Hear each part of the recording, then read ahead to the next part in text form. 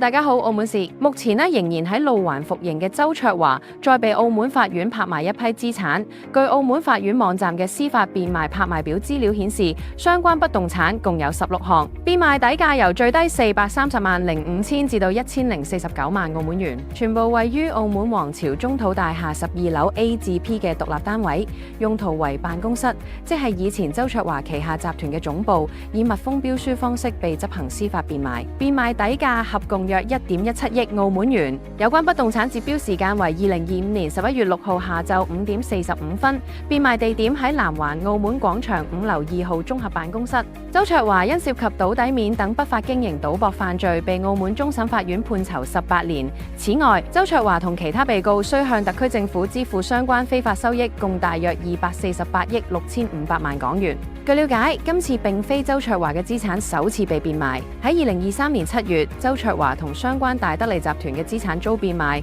共涉及5個商業單位同31個車位，總值大約6億元澳門元。